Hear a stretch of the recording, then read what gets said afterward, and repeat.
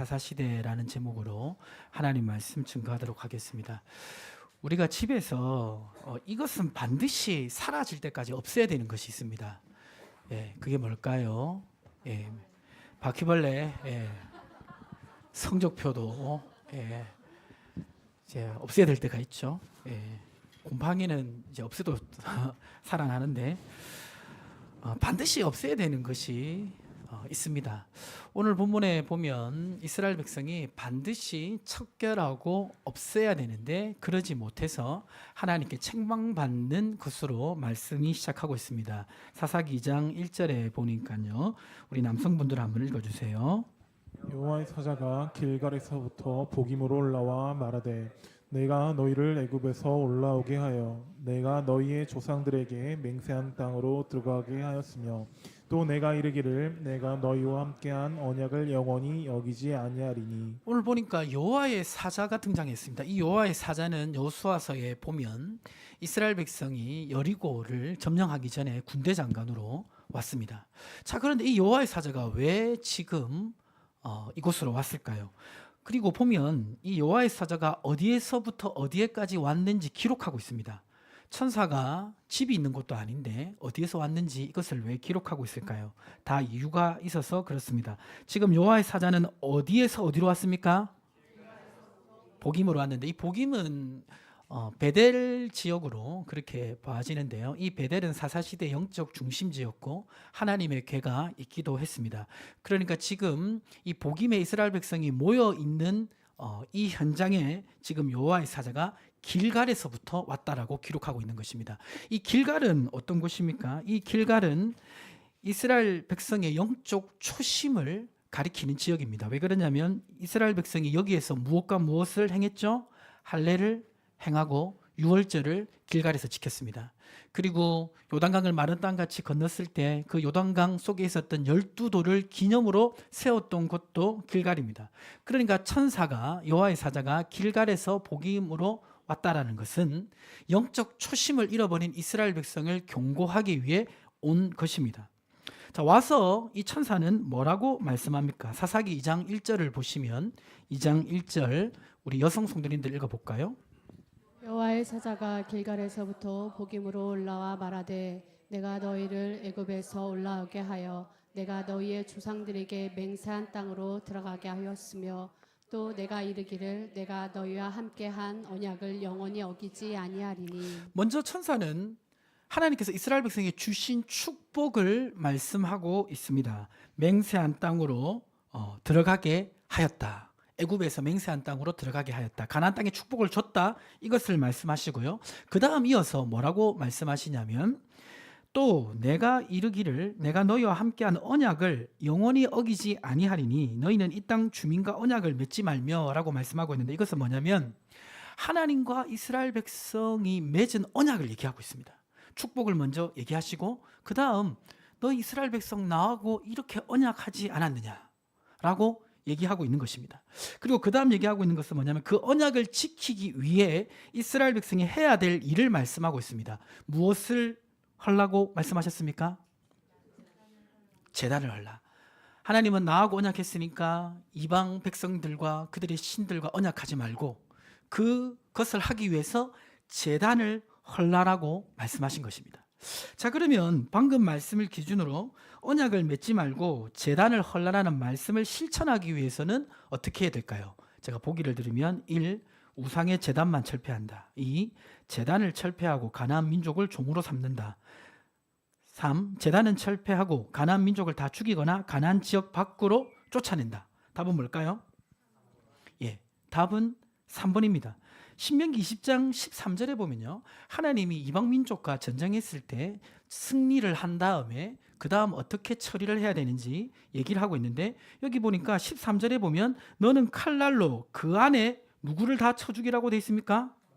남자를 다 쳐 죽이고 그리고 아이들과 여성은 살려두라고 말씀하고 있습니다. 그렇죠? 근데 이 경우는 신명기 20장 15절에 보면 가나안 민족이 아니라 멀리 있는 민족과 싸웠을 때 경우고 16절에 가나안 민족 내게 기업으로 주시는 가나안 민족의 성읍에서는 어떻게 하라고 돼 있죠? 호흡 있는 자를 하나도 살려두지 말라라고 말씀하고 있습니다. 신명기 27장 17절에 보면 가나안 7족속을 얘기하면서 그 족속을 내가 어떻게 하라고 되어 있습니까? 진멸하되 완전히 없애라는 겁니다. 아이든 여성이든. 여기서 우리가 한 가지 질문을 하게 됩니다. 아마 성도님들 다 이런 느낌이 있을 거예요. 무슨 느낌입니까? 어떤 질문입니까? 호흡 있는 자를 하나도 살려두지 않을 정도로 진멸해야 하는가? 이런 질문 들지 않습니까? 우리 여성분들은 아까 앞에 말씀 보니까 남자들은 다 쳐 죽이고 여성들은 살려뒀는데 꼭 다 죽여야 하는가? 연약한 여자까지. 그리고 아이들까지 다 없애야 하는가? 이런 질문이 마음속에 들지 않습니까? 그렇죠? 답은 뭘까요? 첫 번째, 동의는 하지만 좀 심한 것 같아, 솔직히. 살려두가지고 교육도 시키고 변화시키면 되지 않나? 이런 생각 솔직히 드시죠? 그렇죠? 한편으로는 동의한다. 싹슨 초반에 잘라야 한다. 제거하지 않으면 가나안 민족이 거룩하게 변화되는 게 아니라 이스라엘 백성이 가나안 민족처럼 변화될 수 있다. 이 두 가지 생각으로 나뉠 것 같습니다. 여기에 대한 답을 드리기 위해서 한 가지 예를 설명드리고 싶은데, 미국에서 포르노 박람회를 하고 있는데 거기 두 분의 목사님이 거기를 참가하셨습니다. 참가하신 이유는 뭐냐면 거기서 복음을 전하기 위해서입니다. 그래서 부스를 하나 설치하고 복음 책자를 전하고 티셔츠를 인쇄했는데 티셔츠는 이렇게 기록되어 있었습니다. 예수님은 포르노 스타를 사랑하신다. 이거는 이제 그 죄를 허용한다는 게 아니라 그 죄 짓는 사람도 사랑하신다, 그 말입니다. 최근에 미국의 유명한 이 업계, 포르노 업계에 계신 분이 목사님이 된 그런 간증을 본 적이 있는데요. 그렇게 이제 사역을 하신 거예요. 그래서 책자를 나눠주고 티셔츠 나눠주면서 그 음란한 현장 가운데 사역을 했습니다. 자, 여기서 질문은 이 사역을 1번 해야 된다. 2. 하면 안 된다. 3번 해야 되지만 위험하다. 4번 위험을 극복하며 사역할 방법을 찾아야 한다. 자, 여러분 이 네 가지 중에 여러분 뭐라고 생각하십니까? 여러분 개인적으로 뭐라고 생각합니까? 4번입니까? 3번입니까? 2번입니까? 1번입니까? 헷갈리죠? 헷갈리죠?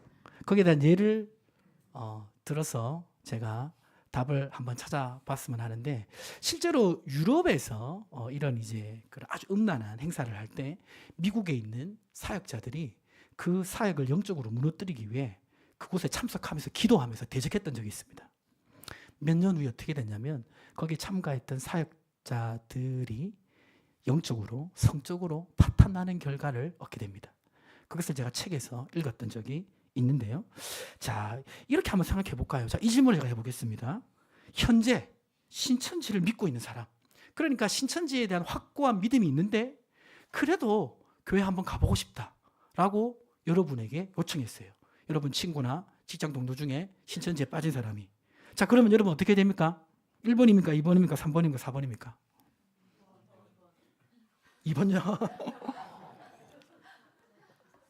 자, 근데 2번인 것 같은데 혹시 그 사람을 하나님 인도하시는 거 아닐까라는 그런 마음도 있잖아요. 그렇죠? 자, 그 다음 질문 한번 해볼까요? 자, 우리 청년들에게는 아마 피부에 닿는 질문이 될 수도 있을 것입니다. 친구 중에 동성애자예요. 근데 이제 이 동성애도 가벼운 동성애가 있고 어릴 때부터 동성애적 성향이 강하게 자리 잡은 사람들이 있습니다. 청소년 시절에 성적 정체성이 완전히 잡히지 않을 때 순간적인 동성애적 현상은 심리적으로 나타날 수 있어요. 그거는 동성애자라고 보기 힘듭니다. 그런데 어릴 때부터 굉장히 강하게 사로잡힌 사람들이 있습니다. 그런데 나는 동성애자인데 그것을 포기할 수 없다는 걸 아는데 그래도 교회 가고 싶다. 어떻게 해야 되죠? 1번입니까? 2번입니까? 3번입니까? 4번입니까? 우리 청년들 어떻게 하시겠습니까? 친구들 중에 있잖아요. 그렇죠? 어떻게 하실 거예요? 1번? 2번? 3번? 4번? 헷갈리죠? 잘 모르겠죠? 만약에 동성애자가 아니라 마약 중독자다. 마약을 진짜 하는데 그걸 아직 끊을 생각은 없는데 교회 오고 싶다. 친구들 중에 그런 사람이 있다. 1번입니까? 2번입니까? 3번입니까? 4번입니까? 우리 부모님 입장에서는 어떨까요? 부모님 입장에서는 지금 우리 청년부에 진짜 그런 마약에 빠진 사람이 온다. 1번, 2번, 3번, 4번입니까? 자, 쉽지 않죠? 이게 쉽지 않습니다. 실제로 이게 왜 쉽지 않냐면 방금 제가 거론한 한 사람이 교회 오면요, 교회 굉장한 혼란이 야기될 가능성이 큽니다. 자, 이런 혼란이 야기될 수 있는 이유는 뭐냐면 지금 우리가 선뜻 교회에 오게 해야 된다는 걸 알면서도 그렇지 못하다고 답을 하는 이유는 죄의 무서운 영향력을 인식하기 때문입니다. 그 한 사람을 통해서 오는 파급, 그것이 좋은 파급이 아니라 부정적 파급에 대한 두려움이 있기 때문에 쉽게 답을 하지 못합니다. 왜 그렇습니까? 이 죄는 힘이 있고요, 죄의 힘은 잘하고요, 죄는 사람을 사로잡는 특성이 있습니다. 그래서 죄는 수평적으로 퍼집니다. 그렇죠? 그리고 죄는 수직적으로 퍼집니다. 부모님이 굉장히 술을 좋아하시면요, 자녀들에게 자연스럽게 연결되어질 수가 있는 것입니다. 자, 그래서 하나님께서는 이 가나안 민족을 진멸하라고 하신 이유가 바로 여기에 있습니다. 신명기 20장 17절과 18절에 보면 가나안 7족속을 진멸하되 그 진멸해야 될 이유를 18절에 뭐라고 말하고 있습니까? 같이 읽어볼까요? 그들이 그 시내들에게 행하는 모든 가증한 일을 너희에게 가르쳐 본받게 하여 너희가 너희의 하나님 여호와께 범죄하게 할까 함이니라. 그러니까 그 죄의 영향력이 너무 강하기 때문에 조금이라도 영향을 받지 않게 하기 위해서 아예 진멸하라고 한 것입니다. 그 성경 읽어보면요, 이 가나안 족속은 지금 여러분이 상상하는 어떠한 타락보다 더 타락한 민족이 이 가나안 민족입니다. 오늘날의 이 어떤 그 사탄 숭배나 그리고 어떤 음란한 그런 사회적인 어떤 그런 폭력이나 그것과 비교 안 될 정도로 악한 민족이 이 가나안 민족이에요. 그래서 하나님은 모두를 다 진멸하라고 말씀하셨습니다. 자, 그런데 이스라엘 백성은 어떻게 했냐면 사사기 2장 2절에 여호와의 사자는 분명히 하나님이 그렇게 하라고 말씀하셨는데 너희가 내 목소리를 듣지 아니했다라고 말씀하고 있습니다. 자, 그러면 생각해 보고 싶은 것은 왜 그들이 이 하나님의 말씀을 듣고도 가나안 땅에 들어가서 이 가나안 민족을 다 진멸하지 못했을까요? 그것을 사사기 1장 27절 28절에 설명을 하고 있는데 먼저 1장 27절을 우리 청년들이 한번 읽어볼까요? 므낫세가 베스함과 그에 딸린 마을들의 주민과 다한압과 그에 딸린 마을들의 주민과 돌과 그에 딸린 마을들의 주민과 이블르함과 그에 딸린 마을들의 주민과 무깃도와 그에 딸린 마을 주민들을 쫓아내지 못하매 가나안 족속이 결심하고 그 땅에 거주하였더니. 자, 이 말씀의 뉘앙스를 자세히 보시면 이스라엘 백성이 객관적으로 가나안 민족을 쫓아내기에는 힘이 좀 딸린다는 것을 알 수가 있습니다. 그렇죠? 자, 그러면 이스라엘 백성은 약속의 말씀을 믿고 믿음으로 쫓아내야 돼요. 근데 믿음으로 쫓아내지 못했습니다. 그러자 가나안 민족이 딱 보니까 이스라엘 백성이 강하게 우리를 못 쫓아내는구나라는 것을 깨닫고 그 가나안 땅에 정착하기로 결심한 것입니다. 자, 근데 그 뒤에 보면 흐름이 바뀌는데요. 28절을 보시면요, 28절에는 이스라엘 백성이 이제 강성해졌어요. 충분히 가나안 민족을 쫓아낼 수 있는 힘이 생겼는데 힘이 생기니까 그들을 쫓아낸 것이 아니라 어떻게 했습니까? 노역을 시켰다. 종으로 삼았다는 것입니다. 생각해 보니까 쫓아내는 것보다 종으로 삼아가지고 부리면서 일을 하면 더 좋겠다 생각한 거예요. 그러면서 합리화시켰겠죠. 그렇게 종으로 생활하다가 그 민족이 또 하나님 믿을 수도 있는 거고 나도 좋고 하나님도 좋고 그렇게 적당히 타협을 한 것입니다. 그러니까 처음에는 믿음이 없었지만 믿음을 굳세게 하지 못해서 쫓아내지 못했지만 나중에는 쫓아낼 수 있었음에도 쫓아내지 아니했다라고 말씀하고 있습니다.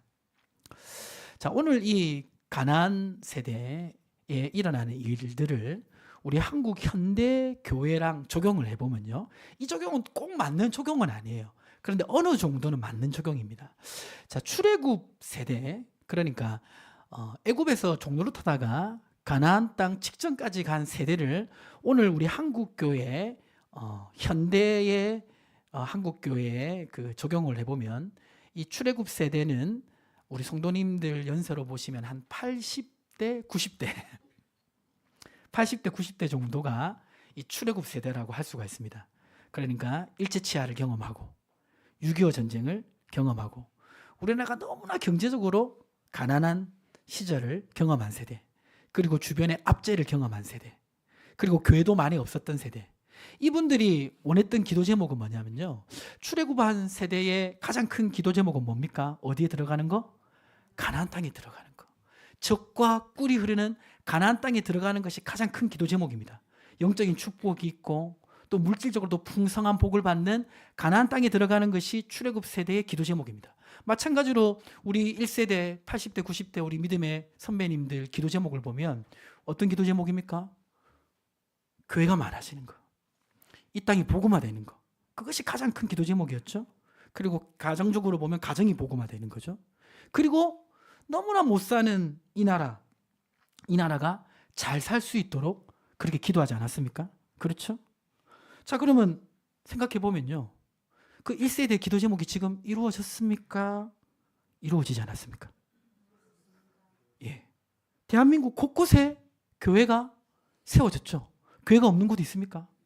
우리나라 어디를 가도 교회가 없는 곳이 없어요. 교회가 다 있습니다. 그리고 우리나라는 이제 선진국 반열에 들었었죠. 3만 달러 이상의 1인당 국민소득을 가지는 잘 먹고 잘 사는 나라가 되었습니다. 상대적으로 나는 아닌데 싶다고 생각할 수도 있겠지만 우리 한국 사회 전체로 보면 그렇다는 거죠. 그리고 이전 세대와 비교했을 때 1953년 1인당 국민소득이 66달러였는데 2020년 32,886달러로 500배 성장했습니다. 그러니까 지난 세대의 기도 제목이 지난 세대의 기도 제목으로 본다면, 기준으로 본다면 이루어진 것이죠. 그렇죠? 이들이 1세대입니다. 자, 1세대는 가나안 땅에 들어가기를 간절히 기도했는데 그 기도에 하나님이 응답을 주셨어요. 우리 한국교회 세대에. 그렇죠? 그리고 그 응답을 주시면서 하나님이 더 크게 주신 것이 있습니다. 그게 뭐냐면 바로 비전인데요. 무슨 비전을 주셨습니까?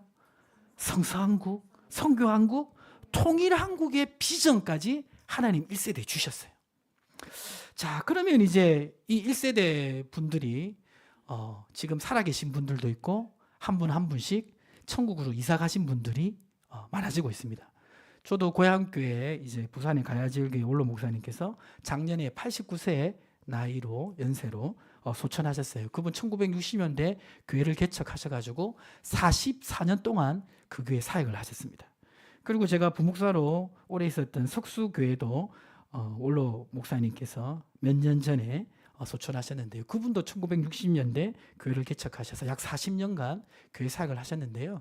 그 시절은 정말 가난하고 힘든 시대였습니다. 그리고 영적으로 아직 복음이 확산되지 않은 시대였습니다. 하지만 이분들은 믿음을 가지고 기도하면서 가나안 땅의 축복을 기대하면서 그렇게 살았습니다. 그게 1세대입니다. 그다음 2세대는 어떻게 되냐면 2세대는 현재 50대, 60대 정도의 연령에 계신 분이 2세대라고 할 수 있겠습니다. 이 2세대는 출애굽 2세대가 되는 거고요. 가나안 1세대가 되는 것입니다. 이 2세대들은 1세대와 함께 믿음의 역사를 경험했습니다. 지금 이 가나안 땅에 들어가는 세대 보면 가나안 땅에 들어가면서 요단강이 멈추고 여리고가 무너지고 아이성을 정복하고 가나안 남부 연합군과 싸워서 이기고 북부와도 이기면서 가나안 땅을 점령한 세대잖아요. 그러니까 지금 50대, 60대에 해당되시는 이분들은 1세대의 그 믿음을 전수받아서 삶 속에서 믿음의 역사를 실제로 경험한 분입니다. 교회로 보면 우리 50대, 60대 분들이 청년 시절에 교회가 급격히 부흥하는 것을 경험했습니다. 그렇죠? 그리고 사회적으로 보면 우리 대한민국의 민주주의가 정착한 세대이기도 하고요. 경제적으로 보면 OECD에 가입하고 국민소득 1인당 국민소득이 3만 불 되는 것을 실제로 경험한 세대가 바로 50대, 60대입니다. 자, 그런데 여기서 중요한 질문을 하나 해보겠습니다. 이건 이제 꼭 이제 맞는 건 아니에요. 꼭 맞는 건 아닌데 이 성경의 흐름을 우리 한국교회에 적용하다 보니까 이런 질문이 나온 것입니다. 자, 어떤 질문이냐면 신명기가 아니고 사사기 1장 28절에 이스라엘이 강성한 후에야 가나안 족속에게 노역을 시켰고 다 쫓아내지 아니하였더라 라는 말씀에 해당되는 세대가 한국교회로 보면 1세대에 가까울 거야, 2세대에 가까울까요? 그렇죠. 2세대에 가깝다라고 우리는 생각을 합니다. 자, 그런데 2세대에 가깝지만 이 2세대는 그래도 믿음을 지킨 세대입니다. 그리고 믿음으로 살려고 하는 세대입니다. 왜냐하면 사사기 2장 6절과 7절에 보면 그 이유가 나타나 있는데 우리 청년들 한번 읽어보겠습니다.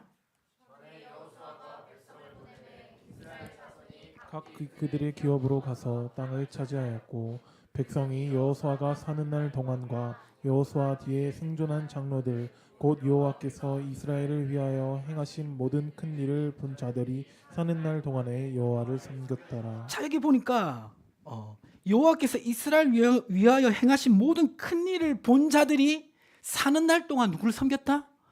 여호와를 섬겼다. 지금 이제 50대 60대 되시는 분들은 하나님의 역사를 아시는 분이에요. 하나님의 은혜가 무엇인지 아는 분입니다. 주님을 떠나지 않는 분입니다. 자, 그러나 오늘 이 가나안 1세대가 가나안 족속을 다 쫓아내지 못했듯이 이 2세대는 영적 중심이 1세대만큼 확고하지 못했습니다. 그러한 흔들림이 있었습니다. 자, 이렇게 되면 어떤 결과가 나타날까요? 문제는 2세대에 일어나는 게 아니라 그 다음 세대에 일어납니다. 사사기 2장 8절과 10절 한 절씩 교독하면요. 여호와의 종 눈의 아들 여호수아가 110세에 죽음에 우리가 그의 기업의 경내 에브라임 산지 가스산 북쪽 딥낫 헤레스에 장사하였고 같이 있습니다. 그 세대의 사람도 다 그 조상들에게 돌아갔고 그 후에 일어난 다른 세대는 여호와를 알지 못하여 여호와께서 이스라엘 위하여 행하신 일도 알지 못하였더라. 가나안 1세대는 그래도 하나님의 은혜를 알고 하나님을 섬긴 세대입니다. 가나안 족속을 다 쫓아내지는 못했지만 1세대만큼 확고한 그런 믿음은 아니었지만 그래도 믿음에서 떠나지 않았어요. 근데 문제는 뭡니까?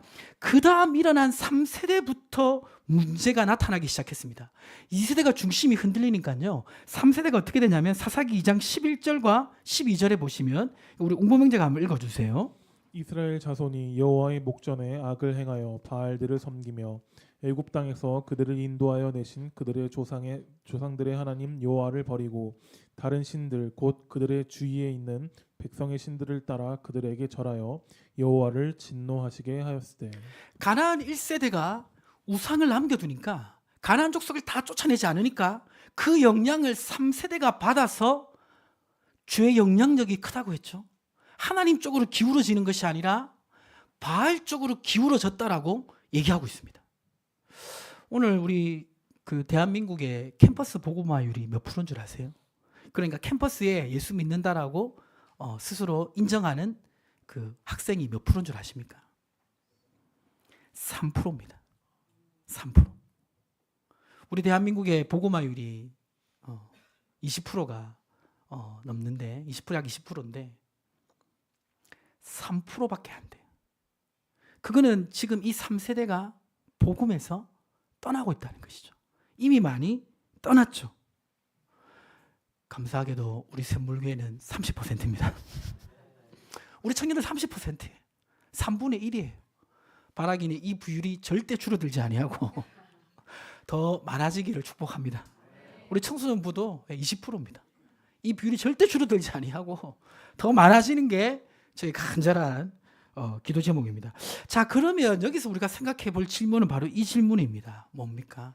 그러면 이러한 흐름을 되돌려 상황을 반전시키기 위해 기억해야 될 것은 무엇입니까? 이것이 우리가 결론적으로 알아야 될 것인데요. 사사기 2장 1절과 2절을 다시 한번 보시면요. 여호와의 사자가 이스라엘 백성에게 죄를 경고하는 말씀을 자세히 보시면 이렇게 말하고 있습니다.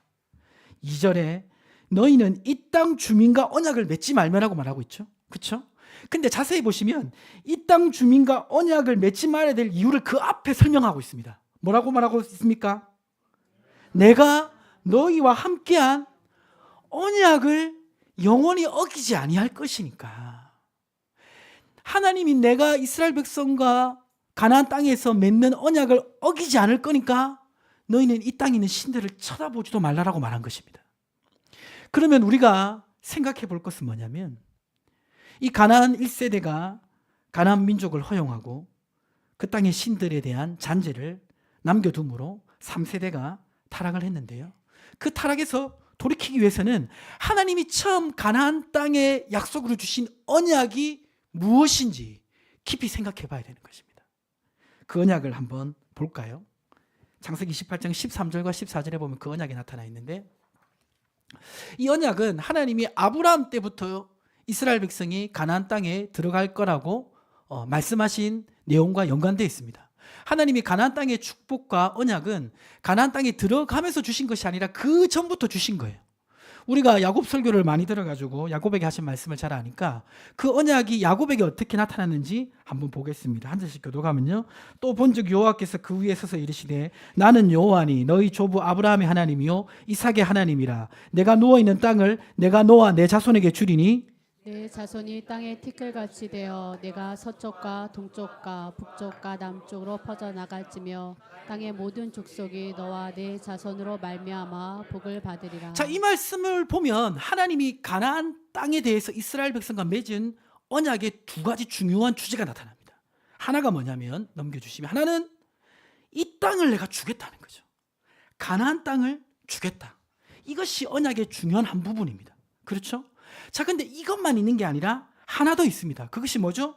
땅의 모든 족속이 너와 내 자손으로 말미암아 무엇을 받으리라? 복을 받으리라. 가나안 땅에 들어가는 건 이스라엘 백성에게만 주신 축복이잖아요. 근데 가나안 땅의 언약이 그거로 끝나는 게 아니라 땅의 모든 족속이 이스라엘 백성으로 말미암아 복을 받는 것도 포함되어 있다는 것입니다. 자, 이거를 출애굽기 19장 5절과 6절에서는 이렇게 말하고 있는데, 우리 웅봉형제가 한번 읽어주세요. 세계가 다 내게 속하였나니 너희가 내 말을 잘 듣고 내 언약을 지키면 너희는 모든 민족 중에서 내 소유가 되겠고 너희가 내게 대하여 제사장 나라가 되며 거룩한 백성이 되리라. 너는 이 말을 이스라엘 자손에게 전할지니라. 6절에 보니까 이스라엘 백성이 가나안 땅으로 들어가는 것으로 끝나는 게 아니라 어떤 나라가 된다? 제사장 나라가 돼서 열방에 영향력을 미칠 것을 얘기하고 있는 것입니다. 아까 제가 1세대, 2세대 이렇게 나눠서 설명했죠. 우리 1세대 어른들이, 부모님들이 가진 목표는 교회가 확산되는 것이고, 그리고 우리가 잘 살게 되는 것이었습니다. 그렇죠? 근데 그것을 이루어 주셨어요. 자, 그런데 이미 가나안 땅에 들어간 우리 2세대 이하에 계신 모든 분들은 하나님 앞에 기도 제목이 뭡니까? 무엇을 원하고 있습니까? 어떤 소망을 가지고 있습니까? 하나님 주신 비전이 무엇입니까? 1세대처럼 여전히 잘 먹고 잘 사는 것이 목표입니까? 그것입니까? 그건 이미 어느 정도 우리에게 이루어진 것입니다. 지금 보면요, 이 가나안 세대는 하나님이 약속의 땅에 들어가게 하시는 축복을 누렸고 언약의 한 부분을 성취했지만 언약의 그 다음 부분인 제사장 나라가 되는 이 비전에는 무관하게 살아가는 것을 보게 됩니다. 그러니까 가나안 땅에서 거룩하게 살아감으로 그 삶을 통해 주시는 제사장 나라가 되는 비전은 이 가나안 세대가 가지고 있지 못하다는 것입니다. 제가 아까 그 얘기 했었죠. 하나님이 1세대에게 가나안 땅의 축복을 주시면서 더하여 주신 비전이 있다고 했죠. 그 비전이 뭐라고 했습니까? 기억나십니까? 무슨 한국이랬는데 성서한국, 선교한국, 통일한국의 비전입니다. 이 비전이 바로 사실은 제사장 나라로서 하나님께서 이 민족을 쓰시고자 하는 계획들입니다. 성서한국은 뭡니까? 성서한국은 이 땅의 모든 백성이 하나님의 말씀을 기준으로 살아가는 나라가 되는 게 성서한국이고, 통일한국은 무엇입니까? 죄와 상처로 분열된 이 민족이 치료되고 회복되는 그러한 비전이고, 선교한국은 열방에 복음을 전하는 나라가 되는 그 비전입니다. 이것이 바로 제사장 나라의 비전인데 오늘날 우리 조국교회 이 비전이 상실되어 있습니다. 보면 교회마다 다 그 비전이 어디에 머물러 있냐면 우리 교회가 조금 더 부흥하고 잘 되는 이 목표를 벗어나지 못하고 있는 것을 우리는 많이 보게 됩니다. 제가 좋아하는 기도문이 하나 있는데요. 이 기도문은 1세대 목사님이 만든 기도문인데 몇십 년 전에 작성된 기도문인데 이 기도문을 자세히 보시면 하나님이 우리 1세대 믿음의 선배들에게 이 비전을 주신 것을 알 수가 있습니다. 예, 저보다 이렇게 목소리가 좋은 분이 한번 읽으면 좋은데 예, 제가 읽을까요? 제가 읽어보겠습니다. 어머니처럼 하나밖에 없는 내 조국, 어디를 찔러도 내 몸같이 아픈 조국, 이 민족 마을마다, 가정마다, 교회마다, 사회 구석구석 금수강산 자연 환경에서도 하나님 나라가 임하게 하시고 뜻이 하늘에서처럼 이 땅에 이루어지게 하옵소서.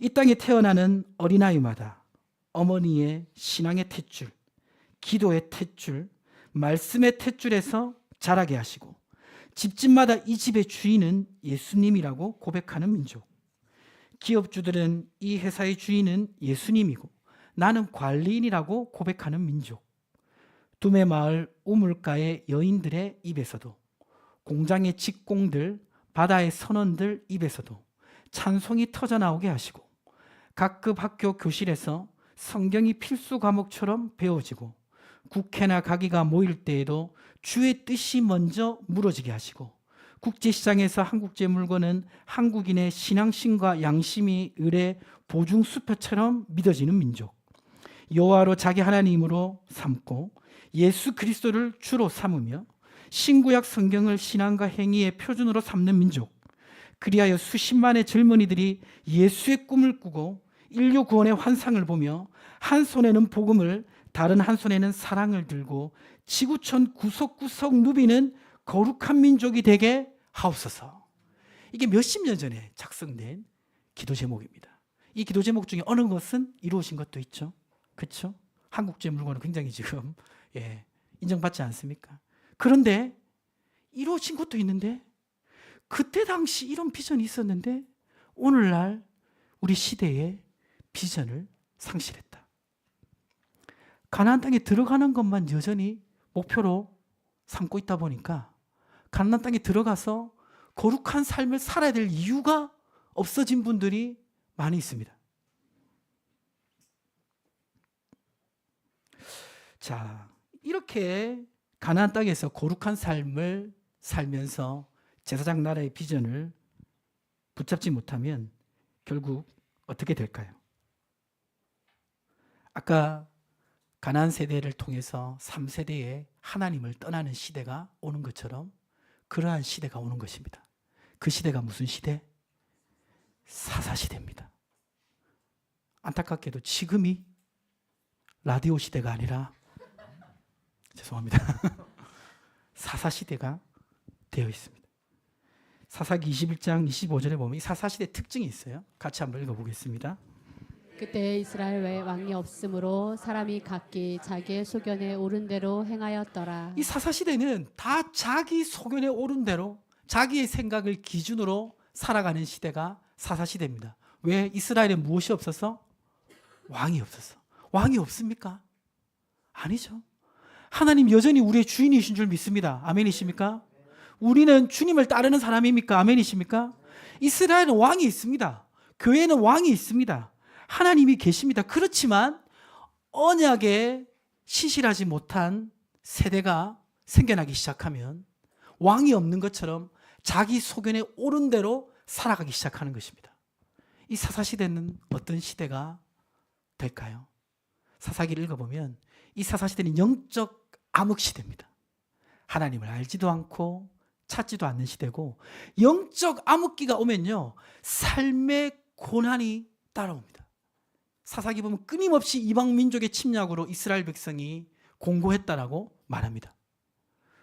그러니까 우리가 두렵고 떨리는 마음으로 오늘 말씀을 생각해야 될 것은 우리 샘물교회는 그래도 청년부 청소년부 이렇게 참 누군가의 보이지 않는 피와 땀과 눈물을 통하여 이렇게 다음 세대가 그래도 건강하게 세워져 있지만 우리 역시 이 시대적 흐름에 자유롭지는 못할 것입니다. 이 시대가 쭉 지나가면 사사시대를 우리 자녀에게 물려주게 된다는 것을 잊지 마셔야 됩니다. 우리 청년들은 사사시대를 살아가게 된다는 것을 잊지 말아야 됩니다. 온갖 좋은 축복이 다 있어도요, 하나님을 떠난 그 시대는 굉장히 고통스러운 시대가 되는 것입니다. 그럼 우리가 이 사사시대를 맞아들이지 않고 흐름을 반전하기 위해서는 어떻게 해야 될까요? 자, 그걸 결론적으로 말씀드리고 오늘 말씀을 맺도록 하겠습니다. 먼저 누가복음 1장 27절 같이 한번 읽어보겠습니다. 대답하여 이르되 내 마음을 다하며 목숨을 다하며 힘을 다하며 뜻을 다하여 주 너의 하나님을 사랑하고 또한 내 이웃을 내 자신같이 사랑하라 하였나이다. 하나님의 언약을 가장 짧게 표현한 것이 십계명입니다. 그 십계명을 지키는 정신을 누가복음 1장 27절에 말하고 있는데, 주 너의 하나님을 사랑하고 내 이웃을 내 자신같이 사랑하라 라고 말씀하고 있습니다. 이게 다 아시죠? 다 아는데 중요한 건 그 앞입니다. 내 마음을 다하고 목숨을 다하며 힘을 다하며 뜻을 다하여 주 너의 하나님을 사랑하라. 아멘이십니까? 가나안 민족이 남겨두는 것을 허용하지 말고 하나님을 최우선으로 삼아야 될 줄 믿습니다. 그리고 그 다음 기억할 거 뭡니까? 디모데 3장 13절부터 15절에 보면 악한 사람들과 속이는 자들은 더욱 악하여져서 속이기도 하고 속기도 하나니. 14절 같이 읽어볼까요? 그러나 너는 배우고 확신한 일에 거하라. 너는 내가 누구에게서 배운 것을 알며. 세상은 자기 속이는 옳은 대로 가더라도 우리는 배우고 확신한 일에 거해야 됩니다. 우리를 가르쳐주는 것은 무엇입니까? 15절에 또 어려서부터 성경을 알았나니 성경은 능히 너로 하여금 그리스도 예수 안에 있는 믿음으로 말미암아 구원에 이르는 지혜가 있다라고 말하고 있습니다. 하나님의 말씀을 배우고 확신하고 거해야 됩니다. 마지막으로 데살로니가서 5장 22절 같이 읽어보겠습니다. 시작. 악은 어떤 모양이라도 버리라. 개인적으로, 가정적으로, 교회적으로 하나님 기뻐하시지 않는 거라고 분명히 여겨지는 것은 타협하지 말고 없애야 됩니다. 가정적으로 우리 부모님들 생각할 때 나의 이런 나쁜 습관, 신앙적으로 나쁜 습관 자녀들 세대로 넘기지 않으려면 끊으시기를 주님 축복합니다. 술을 끊으라는 얘기인가 이렇게 생각하실 수 있는데 단순히 그 하나가 아니라 어떤 삶의 습관을